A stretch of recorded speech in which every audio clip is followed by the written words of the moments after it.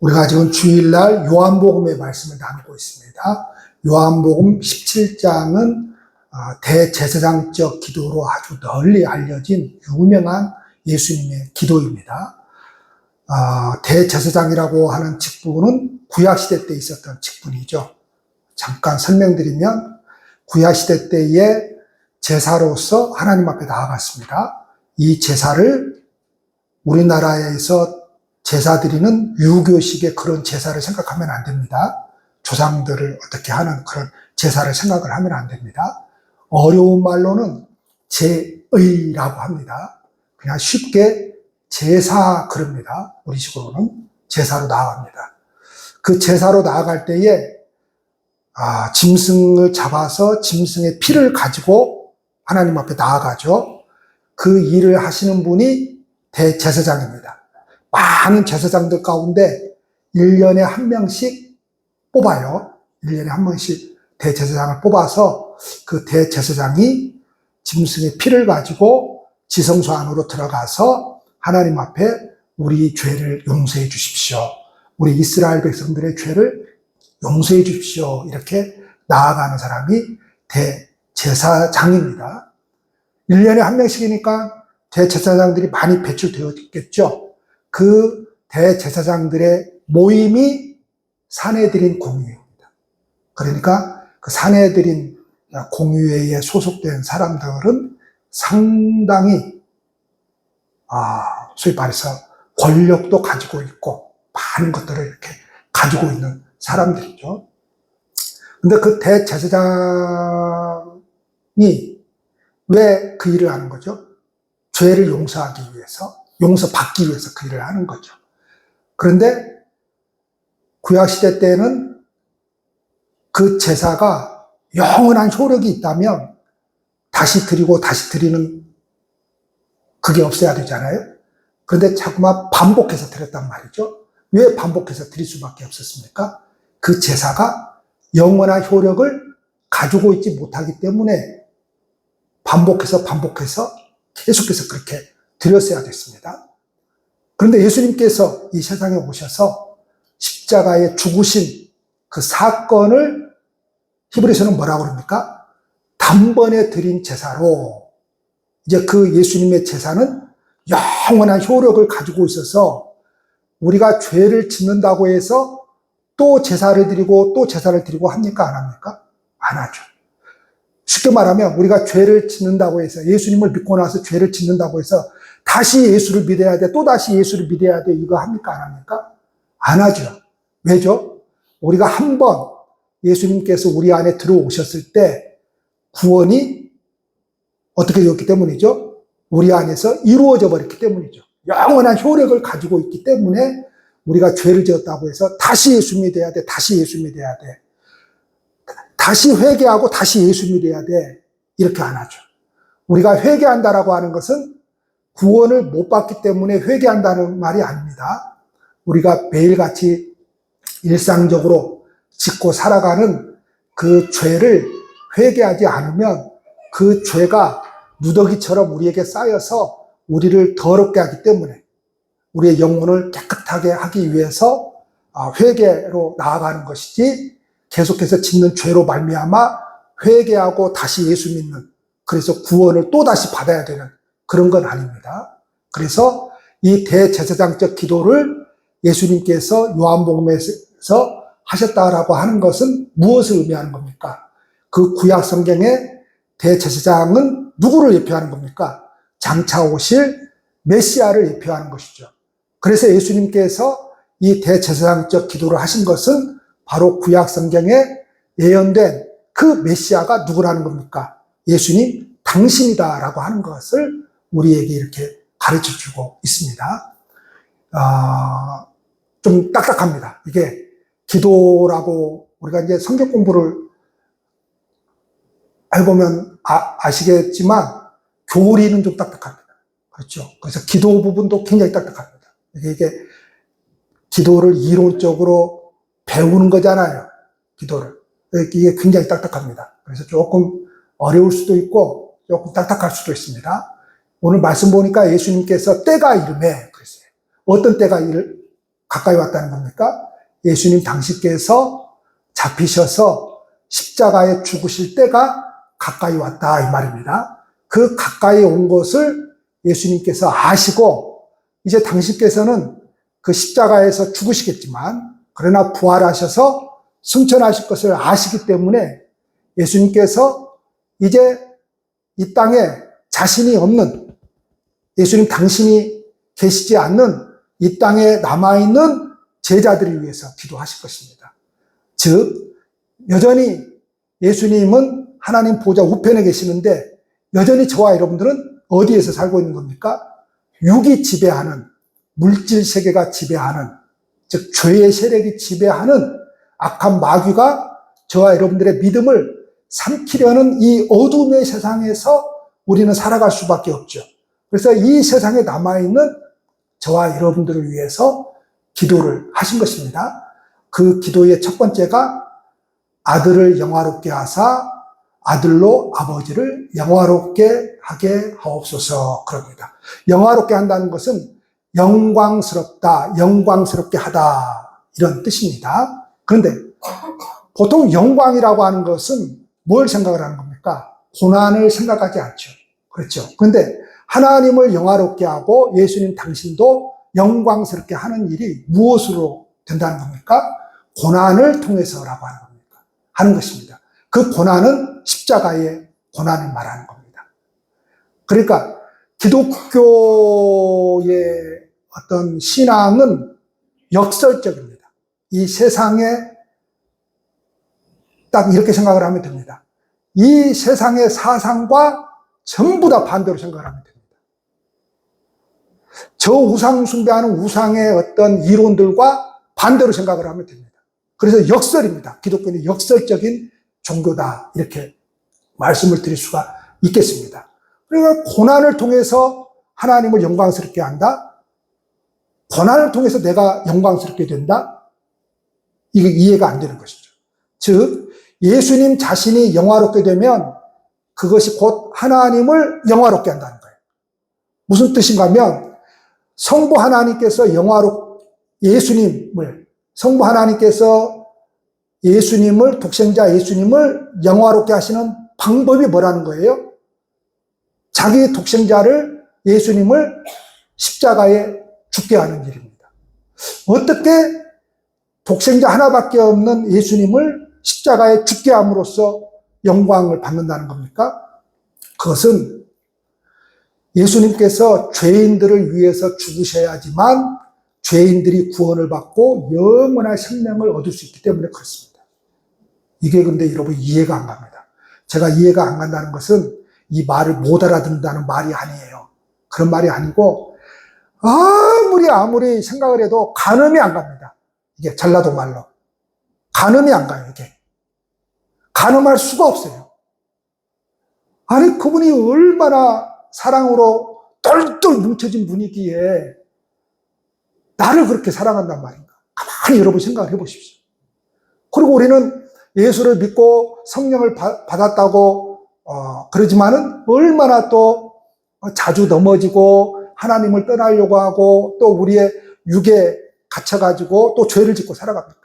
그럼에도 불구하고 나를 사랑한다는 거예요. 이게 그러니까 가늠이 안 가는 거예요. 여러분 자식된 우리가 부모님의 사랑이 가늠이 갑니까 안 갑니까? 잴 수가 없습니다. 우리 스스로가 결혼을 해서 자식을 낳았는데도 내가 자식을 얼마나 사랑하는지 그건 우리 자식들이 모르죠. 근데 나도 부모가 되었는데 분명히 자식을 낳았는데 부모가 되었는데도 우리 어머니 아버지의 사랑이 가늠이 안 갑니다. 잴 수가 없어요. 얼마나 사랑하는지. 잴 수가 없어요. 그런데 어떻게 신께서 나 같은 존재를, 나와 죄로 똘똘 뭉쳐진 나와 같은 존재를 이렇게 끊임없이 영원토록 이렇게 사랑하실까? 이게 잴 수가 없습니다. 왜? 그게 이해가 안 된다는 거예요. 그게 이 말 자체를 못 알아듣는다는 것이 아니고 그게 이해가 안 된다는 거예요. 너무 크기 때문에. 그래서 아동부에서 부르나요? 하늘보다 높고 바다보다 깊고 그거 너무 광대하신 그 하나님을 우리가 가만히 생각을 해도 너무 이해할 수가 없다는 것이죠. 그런데 여러분, 세상은 어떻습니까? 영광을 받으려면 큰 일을 성취해야 된다고 생각을 하잖아요. 그래서 영광을 받는다고 생각을 하지 않습니까? 그러나 하나님께서 영광을 받으시는 것은 자신의 아들을 희생시키심으로써 죄인들을 구원하시는 일입니다. 하나님의 뜻은 그래서 오직 죄인들의 구원과 영생에 있습니다. 그래서 이것만큼 중요한 일이 없다는 것이죠. 교회가 하는 일이 뭐죠? 바로 이 일을 하는 것이죠.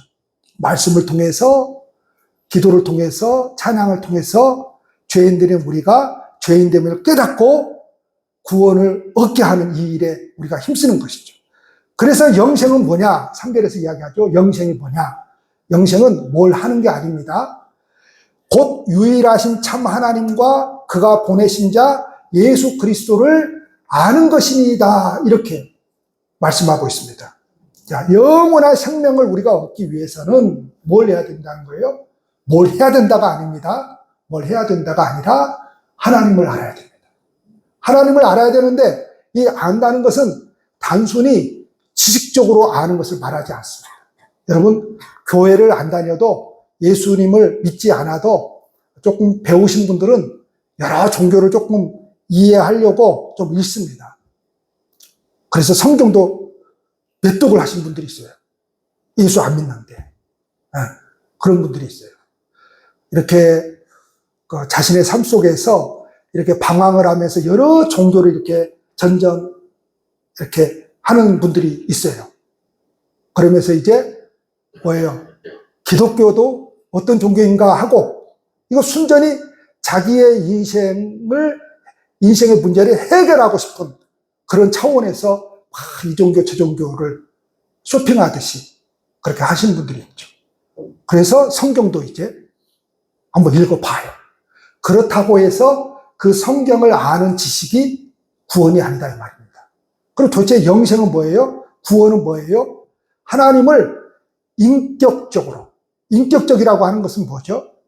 살아 계신 분이기 때문에 인격을 가지고 계신 분이죠.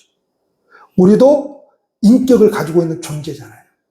짐승을 어떤 사람이든지 어떤 과학자든지 학자든지 짐승도 인격을 가졌다고 주장하는 사람이 있습니까? 없습니까? 없죠. 오직 인격이라고 하는 것은 무엇입니까? 지정의로 말하는 거지 않습니까? 이 지정의를 가지고 있는 존재는 인간밖에 없는 거죠. 그런데 우리가 섬기는 그 하나님이 창조주이신 하나님이 인격을 가지고 있는 거죠. 그러니까 우리가 나무와 교제할 수는 없잖아요. 저 바위와 교제할 수는 없잖아요. 저 고양이, 개와 교제할 수는 없잖아요. 그렇죠? 개를 자식이라고 하는 사람들이 있는데, 그러면 개 생일 때도 좀 생일언급을 하셔야 됩니다.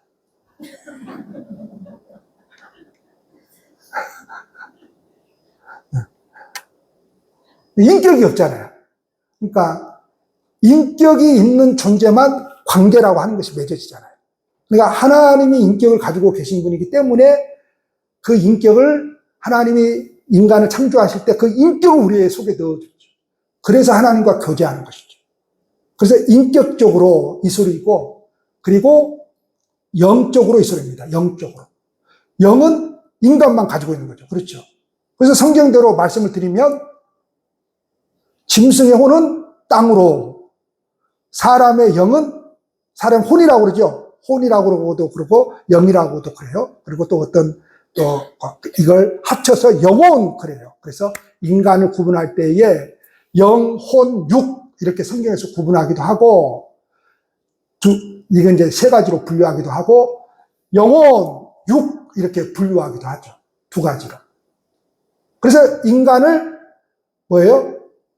영적인 존재이기 때문에 하나님이 영으로 존재하잖아요. 영으로 존재한다라고 하는 것은 보이지 않게 존재한다라고 하는 말이 아니에요. 그 영과 영이 통하는 거죠. 사람은 왜 사람하고 통해요? 인격을 가지고 있고 영을 서로 가지고 있기 때문에 통하는 거죠, 사람은. 아이들도 영을 가지고 있기 때문에 다 통합니다. 그러니까 아이들이 힘이 없어서 그렇지 쟤네들을 무시하면 쟤네들을 압니다. 자기를 무시하고 있다는 것을 알아요. 장애인들도 알아요. 자기를 무시하고 있다는 것도 알고 다 압니다. 왜냐하면 몸이 불편하고 정신 세계가 조금 부족해서 그렇지 다 압니다. 그건 왜 그런 겁니까? 인격과 영을 가지고 있기 때문에 그럽니다. 바로 하나님을 아는 것은 무엇인가 하면 그 인격적으로 그 영적으로 하나님을 아는 것이죠. 그렇게 알아야 그것이 영생이고 그것이 구원이다라는 말을 지금 하고 있는 것입니다. 그래서 4절에 그 영생, 그 구원을 이루기 위해서 예수님께서 하신 일이 있는데 아버지께서 내게 하라고 주신 일을 내가 이루어 그러죠. 아버지께서 하나님께서 예수님 당신께 하라고 주신 일이 무엇입니까? 모든 사람이 영생을 얻도록 하는 일이죠. 이 일을 위해서 예수님께서 낮고 천한 이 세상 가운데로 들어오셔버린 겁니다. 낮고 천하다라고 하는 것은 예수님이 저 마국간 구유에서 태어났기 때문에 낮고 천한 자리가 아니에요. 그래서 낮고 천한 자리가 아니고 이 세상 자체가 낮고 천한 자리입니다. 인간이 살아가고 있는 이 육적인 세계가 낮고 천한 자리죠. 근데 저와 여러분들을 구원하시기 위해서 그 예수님께서 인간의 몸을 입고 이 세상 안으로 들어오신 것입니다. 그래서 하나님을 영화롭게 한다는 거죠. 하나님을 영광스럽게 하는 일에 있어서 최고의 일이 뭐냐? 바로 예수님처럼 하나님을 알지 못하는 죄인들이 영원한 생명을 얻도록 우리 스스로가 예수를 믿어야겠죠. 그렇죠? 우리 스스로가 예수를 믿는 거 이게 가장 중요한 것이지. 그래서 사도 바울도 그런 고백을 했잖아요. 내가 복음을 전하고 도리어 내가 버려질까 봐서. 그거는 버려짐은 없죠. 근데 그거는 뭐예요? 구원을 받게 되면 그냥 아예 그냥 안심하고 이제 됐다. 이게 아니에요. 뭔가 모를 두려움이 함께 있는 거예요. 그것이 나로 하여금 이 믿음 안에서 떠나지 못하게 만들고 계속해서 하나님 안으로 하나님의 길로 정진하게 만드는 거죠. 자, 그 알지 못하는 죄인들이 영원한 생명을 얻도록 주님의 통로가 되는 일입니다. 유일한 구원자이신 예수님을 그래서 우리가 전하는 증인의 일이 가장 우리 인생에서 가치 있는 일이다. 이렇게 지금 말씀을 하고 있습니다. 6절에서 또 기도합니다. 세상 중에서 내게 주신 사람들에게 내가 아버지의 이름을 나타내었나이다. 하나님의 이름을 나타냈다라고 하는 것은 하나님의 이름은 야훼예요. 소위 말해서 원어로 무슨 호세아, 야시아, 그런 이름을 나타냈다는 뜻이 아닙니다. 바로 하나님의 성품을 알려주셨다는 거예요. 우리가 예수를 믿는다라고 하는 것은, 예수 믿으면 변해야지, 자꾸 변해야지, 그 소리를 많이 하죠. 근데 보통 변해야지, 이때의 변함을 요구하는 것은 자꾸 뭘 변함을 요구하는 거죠? 성격이 변한 것을 요구하고 자꾸 막 겉모습이 변한 것을 요구하죠. 그러나 성경은 그렇게 말하고 있지 않습니다. 하나님이 우리 안에 들어오시면 그 하나님의 뭐를 가르쳐요? 성품을 가르칩니다. 성령이 우리 안에 들어오시면 그 성령께서 우리 안에서 하시는 일이 있는데 내 안에 없는 것을 만들어냅니다. 그것이 하나님의 성품입니다. 그래서 간혹가다 깜짝깜짝 놀랍니다. 이게 내 모습이 아닌데, 이게 내가 아닌데 갑자기 막 나와요. 그게 뭐예요? 갈라디아서 5장 22절 23절에서 말하는 성령의 9가지 열매입니다. 내게 없었는데 갑자기 어느 날 막 사랑이 나오고 희락, 구원받은 것이 막 기쁘고 어느 순간에 막 순간순간 저 믿지 않는 사람을 볼 때 어떤 막 일을 볼 때에 내가 구원받는 것이 이렇게 살아가는 것이 얼마나 참 기쁜 일이 좋은 일이 아니고 얼마나 가치가 있는 일인가 생각되어지죠. 통계를 했어요. 여러분들도 한번 생각을 해보십시오. 자, 이렇게 예수님을 믿고 살았는데 물어봤어요. 통계를 냈습니다. 데이터 연구소라고 하는 데가 있어요. 거기서 냈는데, 자, 여러분도 한번 생각해 보세요. 당신이 예수님을 믿고 살았는데, 근데 천국과 지옥이 있다고 믿고 살았는데, 만약에 천국이 없으면 구원을 못 받으면 지금 당신은 후회를 하겠습니까? 후회를 안 하겠습니까? 물었어요. 근데 많은 분들의 대답이 어떻게 나왔을까요? 저도 마찬가지인데, 저도 그런 생각 많이 했거든요. 후회를 안 한다고 나왔어요. 그게 없는 게 아니죠. 근데 만약 그렇다면, 네. 뭔가 하면, 나 같은 죄인이 이 기독교 신앙으로 사는 것, 이 땅에서 사는 것 자체만으로도 너무 복받았다는 거예요. 그러나 툭 가면 뭐예요? 지옥 갈 사람들이잖아요. 그러죠? 지옥 갈 사람들이잖아요. 그런데 나 같은 사람을 불러서 하나님이 이 기독교 신앙으로 살아가게 한 것만 자체로도 너무 큰 복을 받았다는 거예요. 너무 큰 복을.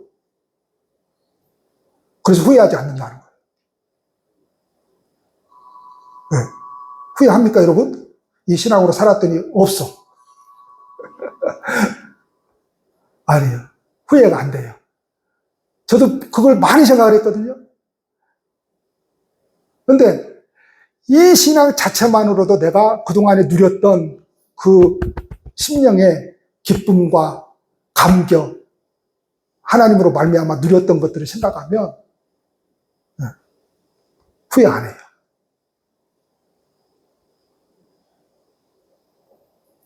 그러니까 하나님의 성품을 알려주신 것입니다. 그러니까 그분이 들어오시면 우리 안에서 뭘 만들어내요? 하나님의 성품을 만들어내요. 우리가 신앙이 성숙해진다, 성장한다, 이것은 뭘 말하는 거예요? 막 기도를 유창하게 잘하고 어떤 신앙의 형태를 제가 아주 자주 말씀드리지만 그러한 것들을 잘한다는 게 아니에요. 그 잘한다는 그것이 잘못됐다는 게 아니에요. 그러한 것이 잘한다는 게 아니고 바로 그 하나님의 성품을 닮아가는 거예요. 닮아가는 거예요. 그렇다고 여러분 아직 조금 어느 부분에서 안 닮은 사람이 보인다고 해서 어떻게 장로가 그런 성품을 가지고 있냐고 말하면 돼요? 안 돼요? 안 돼요. 그렇게 말하는 사람이 나쁜 놈이에요. 자기 자신을 향해서 손가락질을 하는 거예요, 여러분. 자기 자신을 향해서 손가락질을 하는 거지 남을 향해서 손가락질을 하는 게 아니에요. 그래서 그 하나님의 성품을 알려주신 거예요. 아, 하나님은 이런 분이시구나. 하나님은 이런 분이시구나. 우리가 그걸 성경 공부를 통해서 배워가면서 말씀을 통해서 설교를 들으면서 배워가면서 우리가 추구하는 바는 뭐라는 거예요? 그런 하나님을 닮아가려고 하는 것이죠. 곧 하나님께서 얼마나 세상에 있는 사람들을 사랑하시는지를 알려주셨습니다. 기가 막힌 거죠. 얼마나 세상에 있는 사람들을 나를 사랑하시는지를 알려주신 것입니다. 그리고 그 사람들에게 하나님의 말씀을 맡겨요. 그리고 제자들에게 하나님의 말씀을 맡기죠. 그런데 여러분 보세요. 이 제자들이 지금 하나님의 말씀을 맡을 수 있는 사람들인가? 아닙니다. 형편없는 사람들입니다. 그런데 지금 요한복음 17장 예수님께서 이렇게 대제사장적 기도를 하신 것은 지금 예수님께서 죽으시고 부활 승천하신 후에 이 땅에 남아있을 제자들을 위해서 기도하신 것입니다. 나중에 부활하신 예수님을 만난 그 제자들은 이전의 제자들과 완전히 달랐습니다. 이전의 제자들은 예수님의 말씀을 맡을지를 몰랐어요. 그저 자기의 안위를 위해서, 자기의 영광을 위해서 예수님을 따라다닌 거죠. 그런 거죠. 자기의 안위, 자기의 영광을 위해서. 그래서 예수를 통해서 어떻게 하면 이스라엘을 로마의 식민지에서 구원해낼까. 그러니까 구원이라고 하는 것이 이런 겁니다. 그들이 생각하는 구원은 로마의 식민지에서 해방되는 거예요. 해방되는 거. 로마의 식민지에서. 그래서 그것 위해서 따라다닌 거예요. 그래서 야고보와 요한의 어머니가 먼저 찾아와가지고 예수님에게 부탁을 하잖아요. 당신이 왕이 될 때 우리 두 아들 지금까지 이렇게 3년이나 따라다녔는데 꼭 좀 시켜줘야 됩니다. 국무총리도 시켜주시고 국방부 장관도 꼭 시켜주셔야 됩니다. 그러니까 다른 제자들이 이걸 알고 어떻게 했다 그러죠? 5만 가지 성질을 다 냅니다. 자기가 가지고 있는. 나도 그 생각을 했는데 지금 뭐가 돼버린 거예요? 선수 쳐버린 거잖아요, 지금. 야고보와 요한의 어머니가. 우리도 그 생각을 하고 있는데 저놈들이 먼저 어머니 동원해가지고 그 자리를 요구했다고. 그러니까 그 전에 예수님을 따라다녔던 그 목적이 달랐던 거죠.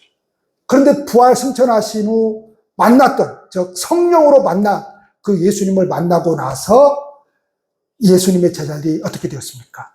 하나님의 말씀을 어떻게 하죠? 맡아요.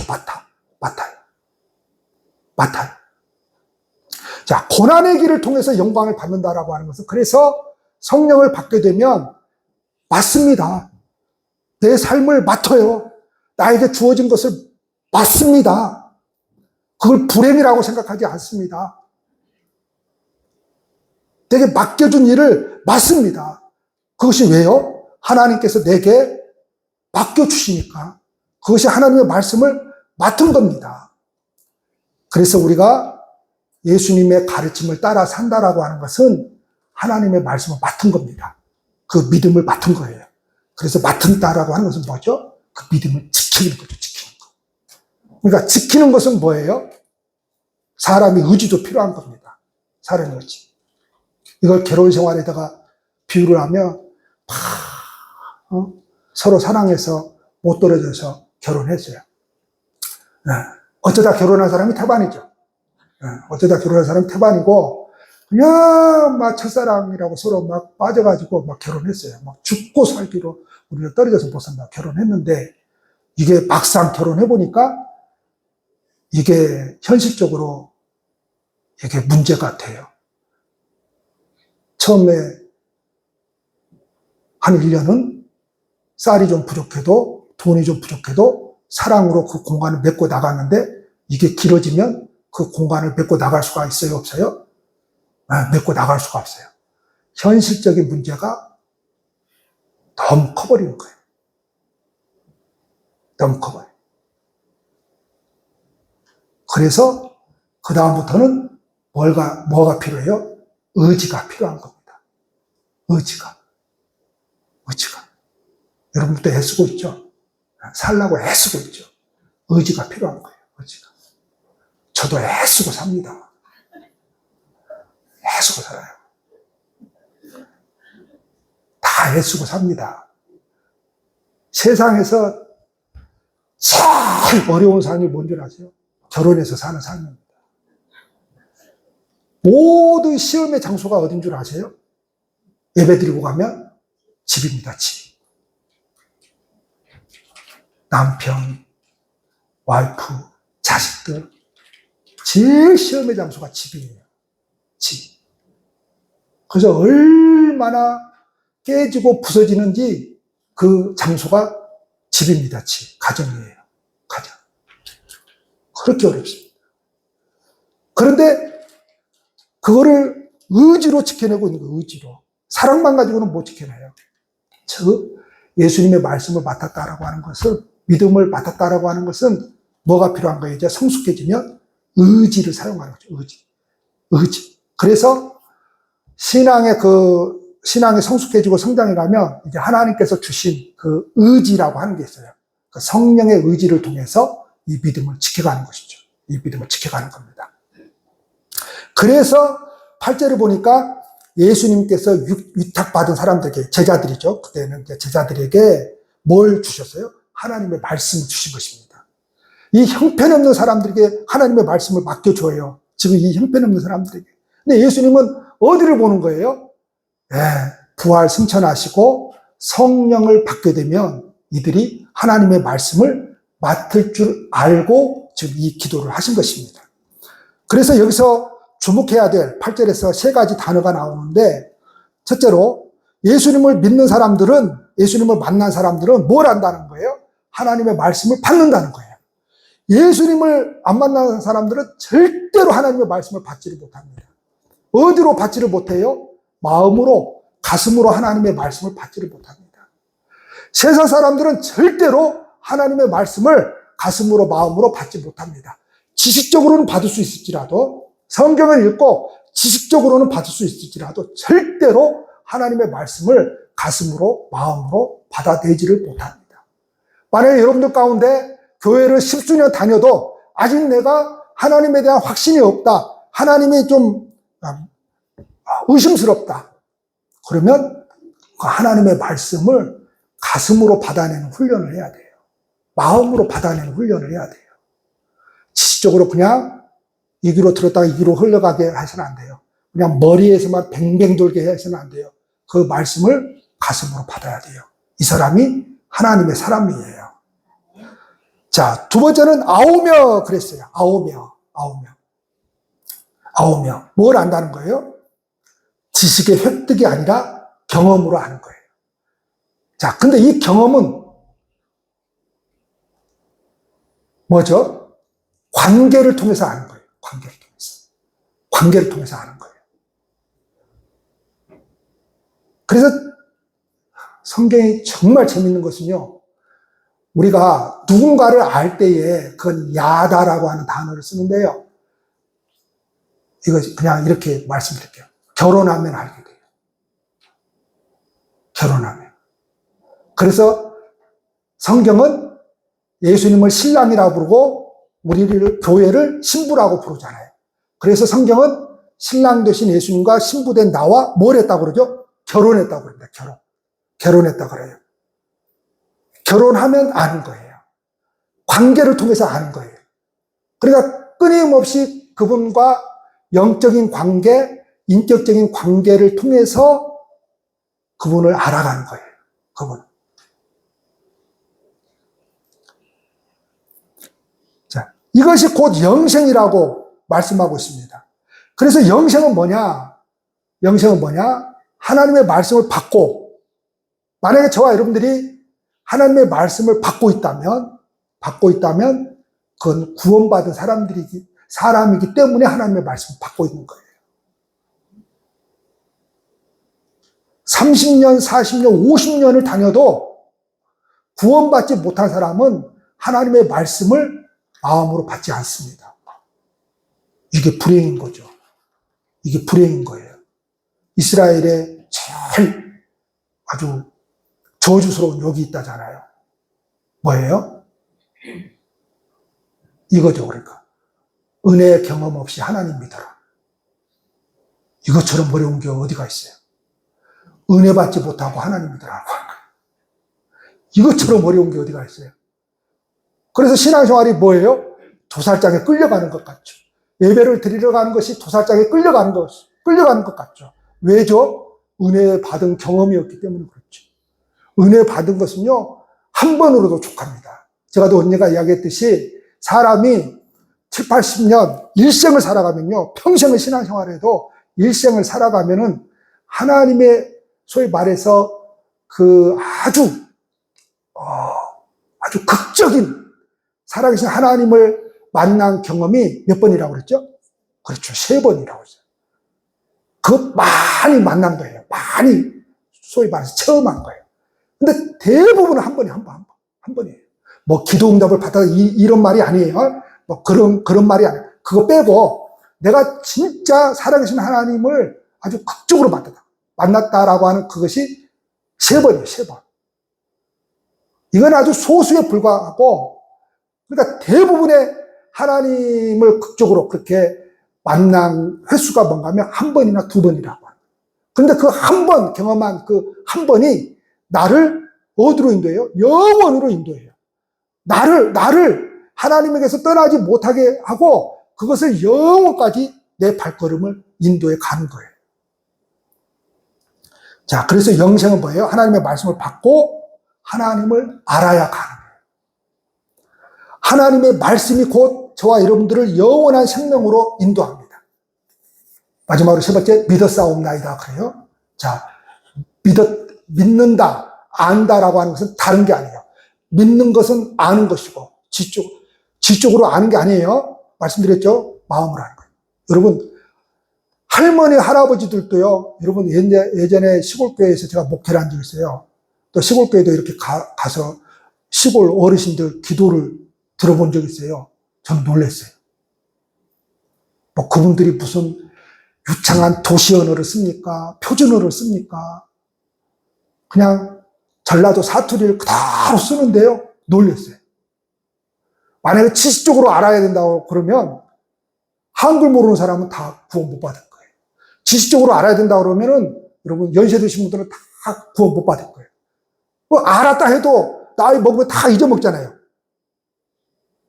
치매가 오면 다 잊어먹잖아요. 그러죠? 여러분 근데 구원은 치매가 와도 상관이 없습니다. 아셨죠? 정신이 이상해졌다고 해서 구원 못 받을까요? 아니에요. 그런 게 아니에요. 구원은 나의 몸 상태와 정신 상태와 아무 상관이 없습니다. 구원을 경험을 하게 되면. 그러니까 믿는다는 것은 아는 것이고 안다라고 하는 것은 믿는다는 거예요. 왜냐하면 예수님을 인격적으로 그리고 영적으로 깊이 알아야 예수님을 믿을 수 있기 때문에 그래요. 그러니까 우리가 예수님을 믿고 산다는 것은 영이 뭐예요? 살아났다는 거죠. 이전에 우리가 예수님을 믿지 않을 때는 영이 분명히 있었어요. 왜냐하면 하나님께서 만들어주신 것이기 때문에. 그런데 그 영이 죽어버린 거죠. 죄에 죽어버린 거죠. 근데 성령이 우리 안에 들어오셔서 그 죽어버린 영을 깨우는 거죠. 뭘로 깨워요? 말씀으로 깨우고, 찬양으로 깨우고, 기도로 깨워요. 그래서 우리로 하여금 그 죽었던 영이 살아나서 하나님을 알게 하는 것이죠. 그래서 로마서 1장 17절에 보면 믿음은 뭐에서 난다 그래요? 들음에서 난다 그러죠. 듣는다라고 하는 것은 그냥 귀로 들은 게 아니에요. 그 들음이라고 하는 것은 하나님의 말씀이어야 합니다. 즉 받아야 됩니다. 하나님의 말씀을 어디로 받아야 돼요? 가슴으로 받아야 돼요. 마음으로 받아야 돼요. 하나님의 말씀을 받음으로 하나님을 깊이 알게 되는 거예요. 여러분 수박 겉핥기식으로 알면 안 돼요. 수박 겉핥기식으로 알면 안 돼요. 그냥 코끼리가 얼마나 커요? 우리 그 이야기 잘 알잖아요. 근데 코끼리가 무지하게 큰데 그 다리 부분 조금만 어느 부분 이렇게 앞에 안 보이신 분이 만지고 나서 코끼리는 어떻다더라 이래버리면 안 되죠. 신앙의 세계가 마찬가지인 거예요. 우리가 하나님을 많은 부분 어떤 부분에서 체험할 수 있는데 그것이 전부 다인 것처럼 생각을 해버리면 안 돼요. 그냥 우리는 하나님의 일부분을 체험했을 뿐이에요. 일부분을. 네? 하나님의 말씀을 받으면서 더 하나님을 깊게 알아갑니다. 그 깊게 알아가는 것이 뭘 만들어내요? 소위 말해서 재미를 만들어내요. 성경 공부가 왜 그렇게 재밌는 줄 아세요? 하나님을 알아가는 것이 그렇게 재미가 있어요. 재미가 있어요. 제가 제자 훈련을 지금 리더들한테 맡기고 지금 좀 쉬우니까 재미가 없어요. 그래서 9월달부터는 제가 맡습니다. 사는 재미가 없어요, 내가. 어제 오후에 친구 목사님 찾아가서 뭔 이야기를 나누면서 제자 훈련 내가 다시 맡아서 하려고 그래요. 그러니까 재미가 없어서 못 살겠습니다. 내가 그랬습니다. 재미가 없어서 못 살겠어요. 내가 아주 제일 좋아하는 것인데 그렇다고 내가 계속해서 맡는다는 게 아니에요. 새롭게 해서 조금 내가 우리 새가족들이 너무 많아서 여성도님들 제가 1대1로 공부를 못 시켜서 새로 좀 조직해서 지금 조금 기초부터 다시 조금 다지고 다시 넘겨주려고 합니다. 그러려고 해요. 자, 그 하나님의 말씀이 우리 안에 들어와서 나라고 하는 존재를 깨닫게 만들어요. 어떤 존재로 깨닫게 만들어요? 죄인임을 깨닫게 만들어요. 철저하게 죄인임을 깨닫게 만듭니다. 하나님의 말씀은. 왜 그럼 먼저 하나님의 말씀이 우리로 하여금 죄인임을 깨닫게 만들어요? 그래야 성자 예수님을 필요로 하는 존재이기 때문에 그래요. 죄인임을 깨닫지 못하면 성자 예수님을 100% 초청을 안 해요. 자기가 그래도 10%는 감당할 수 있다고 생각을 하는 거예요.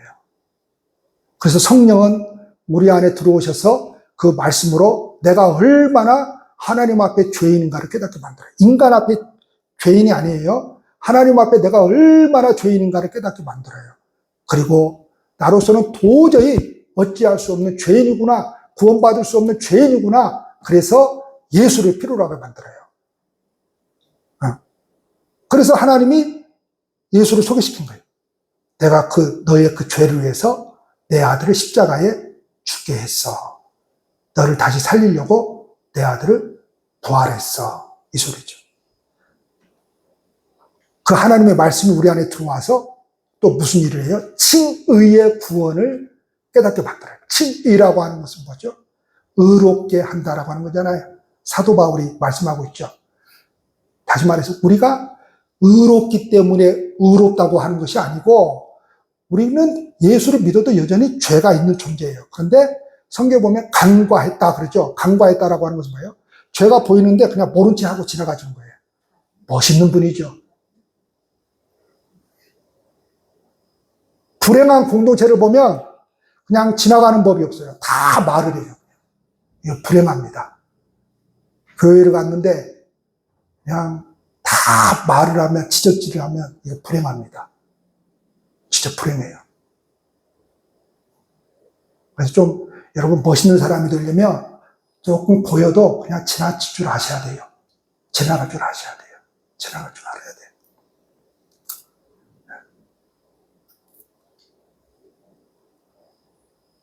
그렇게 해서 우리를 영원한 생명을 누리도록 그렇게 저와 여러분들을 인도합니다. 이 한 주간도 예수님이 우리의 구원자이심을 믿는 사람이지만 또 생각을 해야 돼요. 그래야 그것이 내 인생의 복으로 다가오는 거죠. 이 거친 세상 살아가는 것이 그래도 희망이 있는 것이죠. 또 우리의 이웃들에게 그 예수님을 알리는 그런 구원의 통로로 사용되어지기를 축복합니다. 기도하시겠습니다.